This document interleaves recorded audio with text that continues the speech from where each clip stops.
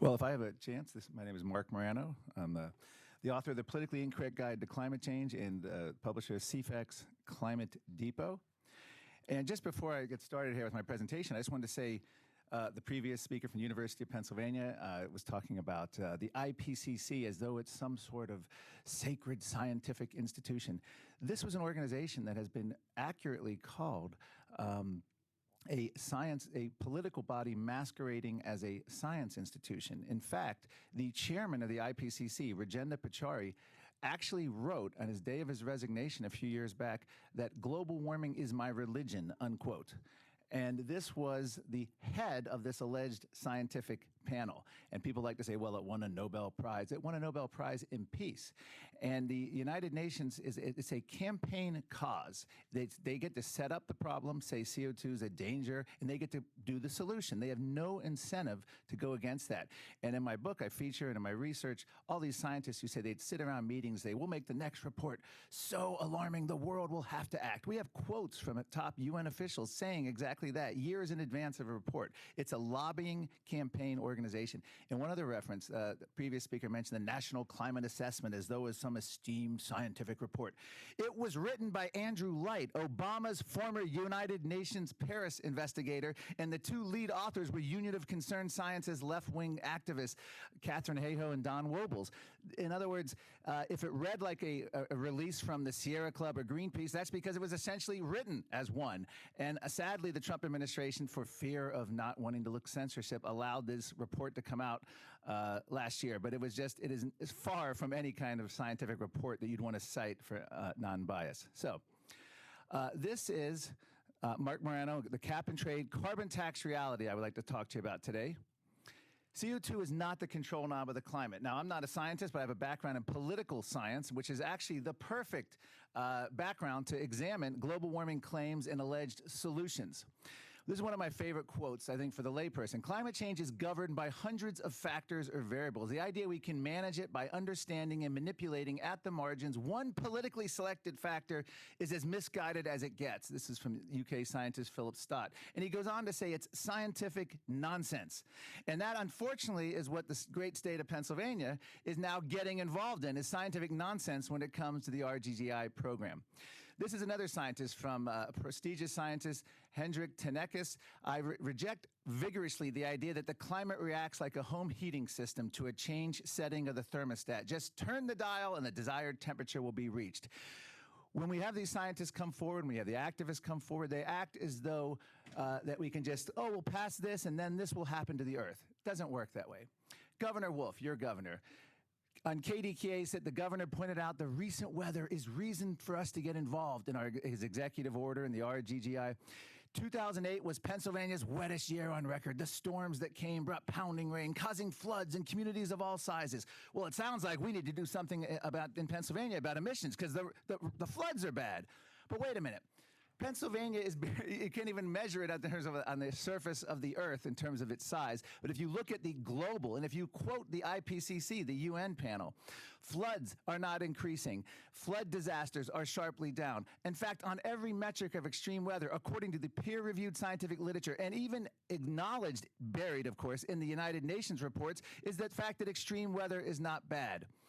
In fact, there's multiple, in my written testimony, I linked to multiple testimony on floods globally showing no climate signal. So for the governor to use 1 year in Pennsylvania, one flood, as some kind of evidence of climate change goes against peer-reviewed science and even the vaunted United Nations, which so many of you speakers in favor of the governor cited. But I can understand why the governor's confused, because rain used to be caused by global cooling. Now it's caused by global warming. Back when Time magazine and the other scientists were hyping a coming ice age in the 1970s, guess what they used to say we needed to act on climate? Flooding, just like Governor Wolf today. Carbon taxes, cap and trade, what Governor Wolf is going for here. The 2000 New York Times had said that a carbon tax brings about climate stability. Well, that's pretty good. A climate stability in the New York Times. The problem is, in 1976, some 35 years ago, the New York Times claimed that cool periods produce climate instability. So right now, the carbon tax, cap and trade is trying to lower the temperature to produce climate stability. But back in the 1970s, the New York Times was claiming that a cool temperatures caused instability. They can't get their deal straight. Even if you accept all the claims, the United Nations of all the environmental activists here, the Green New Deal, which is obviously national in scope and not Pennsylvania, would not even have a measurable impact on temperature. This also includes the United Nations Paris Agreement using the UN's own climate models. The UN RGGI, it cannot control the climate. I know you had a speaker here from University of Pennsylvania. Well, let me introduce you to Robert Giegengach. He's the emeritus professor now, but he was 200 peer-reviewed studies, been on almost every continent studying the climate, a geologist, University of Pennsylvania, chair of the department. None of the strategies that have been offered by the U.S. government or the EPA, and I may add Pennsylvania, or anybody else has the remotest chance of altering the climate if it, in fact, is controlled by carbon dioxide. But no wonder Governor Wolf is confused, because the climate debate can be very confusing, and it's actually the climate advocates that are the ones confused. We heard all sorts of scary predictions about the future and storms that are going to happen. Well, let's take a look here at how the settled climate science is. Climate change causes less rain, according to a study in the journal Nature, but it also causes more rain but less water. Climate change causes less snow, according to an IPCC UN scientist, but it also means more snow. They changed that when we had record snow here on the East Coast. Within a couple years after 2010, that decade became the snowiest on decade, and then suddenly everyone started talking about, did we say less snow? No, climate change causes more snow. Climate change causes Antarctica to lose ice. Climate change causes Antarctica to gain ice. These are multiple studies predicting the opposite. Climate change causes duller autumn leaves. Climate change causes more colorful autumn leaves. Climate change makes for saltier seas. Climate change makes for less salty seas. Climate change increases the spread of malaria, but it also decreases the spread of malaria. Dengue fever outbreaks will increase with climate change, but it could also decrease with climate change. The U.S. will see more lightning strikes thanks to global warming, but actually lightning strikes could drop thanks to global warming. San Francisco will get foggier summers. San Francisco will get more fog. San Francisco will get less fog, all due to climate change. Hurricanes will increase due to climate change. Hurricanes will be less according to climate change. Opposite predictions. No wonder Governor Wolf is confused. Energy analyst Mark Mathis from the Clear Energy Alliance has said fossil fuels are deeply embedded in every aspect of our world, trying to get people to use less of them by making everything more expensive and giving money back through inefficient government programs, read RGGI, is a flawed premise from start to finish. What you need to know is carbon taxes, cap and trade, all these emission trading schemes actually end up raising the cost of energy ultimately, and this is the problem, is that people who have to pay higher energy, cold kills. Study after study shows it's not the heat waves. People die more in cold weather, and you want cheap, abundant, available energy. 2009 Bureau of Economic Research, mortality peaks in the winter, and you don't want to make people pay more for home heating in the winter when they need it most. Carbon taxes also, cap and trade schemes, increase global CO2 emissions. National Economics report, adding carbon taxes in the West raised global emissions by offshoring it. We talked a lot about China, and I was actually quite pleased with the previous two climate activists' testimony admitting that China is going to do it at once. All we're doing in the U.S. is hamstringing ourselves so China, India, the developed world, which does not have the same environmental regulations we do, can explode. America's future. Right now, we're being told to look to Europe. We heard comparisons about Pennsylvania with other European states. In Europe, the UK right now, families have been warned that they have to get used to power only when it's available. This is what the future holds when you have government coming in. Europe's much further advanced with these cap and trade, carbon tax ideas and emission standards, so to speak, that the governor's executive order addressed. We're going to have to get used to having power only when it's available, rather than constantly. So my advice to Pennsylvanians is this: keep fossil fuels in the ground is not the advice. The idea is keep RGGI's cap and trade carbon taxes in the ground. Keep the executive order demanding higher renewable clean energy portfolios in the ground. Permanently bury this regulation, because here's the bottom line. We heard multiple people here testify today about solar energy and how it was allegedly, and wind, how it was going to allow so many more jobs. I think Patrick McDonald from the Environment Department said 1/3 of the jobs are coming from clean energy, twice the number of workers as the fossil fuel. Wow, it just sounds like clean energy is such a winner. But wait a minute. According to the U.S. Energy Information Agency, only 14.2% electricity sold in Pennsylvania's retail customers was generated by so-called clean energy. So in other words, you have less fossil fuel workers producing much more energy. And this is true nationally. A 2017 AEI study found 79 solar workers it takes to produce the same amount of electric power as one coal worker. I would argue, in my closing here, that Pennsylvania should be continue to be the leader when it comes to energy. You don't want to be influenced by New York, by Massachusetts. New York has banned fracking. Pennsylvania's fracking boom has helped the United States come up and actually lead all the European signatories in terms of cutting CO2 emissions. Fracking, technological innovation is what we want, not heavy-handed government. And I'll close you with what Chris Christie has said when he pulled out of the state's RGGI many years ago when he was governor of New Jersey. He called RGGI a failure that does nothing more than tax electricity, tax our citizens, tax our businesses with no discernible or measurable impact upon the environment. And there's a governor who actually went through it and was wise enough to pull out. So with that, I guess my time is up, and I'll take any questions that you have. Thank you, Representative Vitale. I was just going to ask you a question.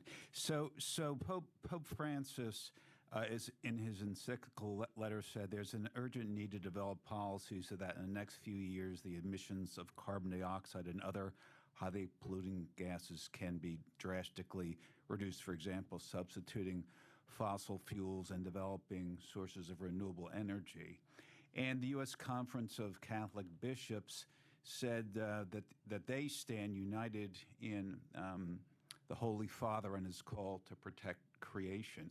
Do you think the Pope has been duped here?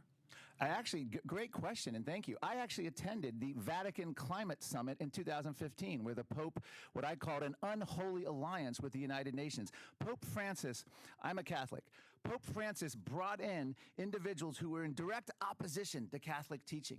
And they came in basically supporting abortion, population planning, fertility management, in the words of Al Gore. And Pope Francis aligned himself with extreme end of the climate movement, including people like Naomi Klein, including Jeffrey Sachs. So yes, I think Pope Francis is horribly misled. I think the problem with Pope Francis, not only is the unholy alliance, but he likes the solutions of climate change. So if you look at his encyclical, which I've done a whole report on a few years back on my website, Climate Depot, Pope Francis actually spends about less than 2% on the science because he comes from a poverty perspective in Latin America. He's essentially like socialism. So he likes the idea of a United Nations central planning coming in and doing it. He doesn't really spend much time on the science. And just to be clear, you're not a scientist, you're a congressional staffer, former congressional staffer. Absolutely, yeah. I like to say I'm not a scientist, but I play one on TV sometimes because my background, again, is investigative journalism, and that's what the whole background of my book is, and I interview and deal with scientists on a daily basis. Representative Vitale. That's a joke, by the way, that I play one on TV. You shut your microphone off there, Representative Vitale, thank you. And I appreciated the headlines that you were showing with all the contradictions out of the it's settled science, right? Kind of out of the fear-mongering climate change crowd. I mean, I think the majority of people do believe climate change happens. It's called weather. I mean, that's why we get up in the morning and we watch the weather for the day. I mean, that's why I decide I'm wearing a jacket today or not, because I'm believing the weather's going to change today, and I know it's going to change in a couple of weeks. I'm going to pull my winter coat out again. Yes. So I think the majority of us are not deniers of climate change. We believe the climate changes. We believe the weather changes.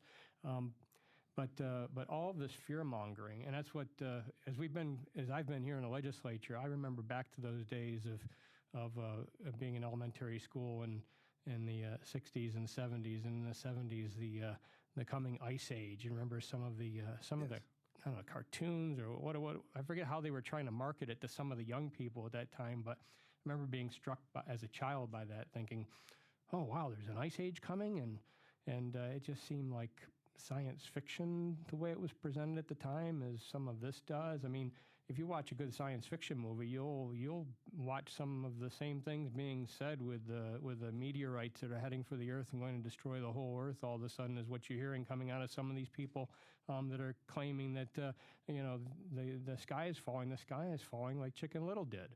But I appreciate your putting those headlines up, because I think showing the contradiction in amongst their own crowd, and they're so quick to change those and to move on to a new prophecy, to a new fallacy, to try and fool the public. And you went through them very fast. I don't know for anybody watching the hearing if they caught what you were doing, but it wasn't you claiming these things. No, you were showing headlines from some of these noted groups or individuals that were advocating that we have some huge crisis on the horizon that we have to deal with, whether it's global warming or a coming ice age. It's an amazing thing because they can predict both outcomes. If you're betting on the Super Bowl and you bet both sides to win, you can go to the office the next day and say, "Hey, I predicted it." And what they've done here is over and over again on almost every issue with the climate debate, they claim all these different scenarios. So no matter what happens, they have that basis. But interestingly enough, when the United Nations comes forward with all these, outlandish predictions from their summary of report, the underlying reports, the UN are actually sometimes very good and actually quote all the extreme weather. But it's all done as a lobbying campaign. And Al Gore was on, I think it was CNN not too long ago, and he said, of course the IPCC reports are, quote, torqued up. That was his word. This is a lobbying organization, and this is how they end up coming up with all of these scenarios, and this is why someone referenced the ClimateGate scandal earlier. This is why they were internally suppressing any scientists who disagreed, threatening journal editors, and telling them that if you publish this guy's work who dissents from our essentially campaign narrative, your career will be over. But my main message is don't fall into this trap, Pennsylvania, because there's nothing that you can do to do the climate. All you can do is ruin your state as one of the greatest energy successes in America through the fracking boom. And you can teach New York. New York has nothing to teach you about energy. I agree that New York has nothing to teach us regarding energy. They just need to let our pipeline across so we don't have to see Russian gas brought in and sold to the folks in Massachusetts because we can't get our gas up there through Representative Fritz's area. Representative Schemmel. Thank you. Mr. Morano, I'll ask you the same question I asked one of the last panelists. This time, I think I'll try to be a little clearer. Since we're an exporter of energy, we export a product. The product is purchased by those who want the product. As other states adopt RGGI, the product that they are wanting to consume is one that meets other certain climate standards that they have contrived. Do we believe that the free marketplace, not the contrived marketplace, but the free marketplace, will therefore really bring about the changes that maybe some of the same individuals would seek here in Pennsylvania, as our energy producers adopt to produce the product that other states are working? In other words, can Pennsylvania, without adopting RGGI, end up with an energy portfolio that more closely aligns with those of states which do, just by the nature of the fact that we are an energy exporter? You don't need RGGI to adopt your own internal policies of what you would like to see. But the main thing here is you need to understand is just because Massachusetts and New York and Vermont are following some dictate trying to get more and more solar and bragging about how many solar workers or wind workers they have, look at the end result in terms of energy export and in terms of what your energy is producing. Fossil fuels are actually powering so much of the energy economy, and fossil fuel worker is much more efficient. So you don't need essentially what's a fakely called free market cap and trade emission standard. We rejected. I worked in the United States Senate for the Environment and Public Works Committee, and we had multiple votes on this. It got to the point where even the Democrats, Harry Reid, realized that cap and trade was dead by 2010, wouldn't even bring it up for a vote. And the reason was, I think it was 9 Democratic senators, including people like, what's the Minnesota guy that just had to resign, the Minnesota Senator, Al Franken, and others who you wouldn't expect signed a letter saying they would not support it because of the negative impacts on their states. So you don't need some RGGI program in order to have a prosperous and healthy and vibrant Pennsylvania. And I want to make very clear, I'm not against, I don't think any of our speakers are against solar and wind power. They're fantastic if they can get their act together. What we are against are these executive orders like your Governor Wolf has done, mandating certain percentages of so-called renewable energy by certain dates.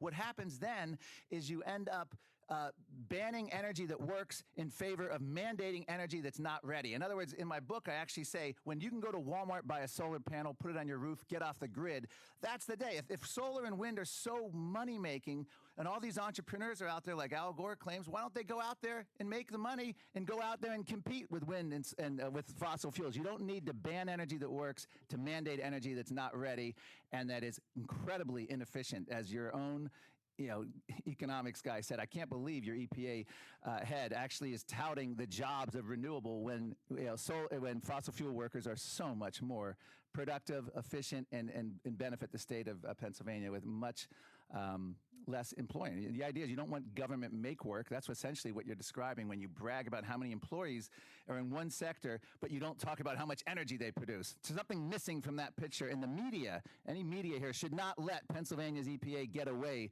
with such ridiculous claims. Thank you, Representative Committa. Thank you, Mr. Chairman. And Mr. Morano, thank you for a very entertaining and lively presentation. And also for underscoring you're not a scientist. You are, these are your opinions, and you did present pro and con and different, and so I get that. And can I just say, I so wish that what you and each of the presenters today who deny that a climate crisis is happening, I wish you were right.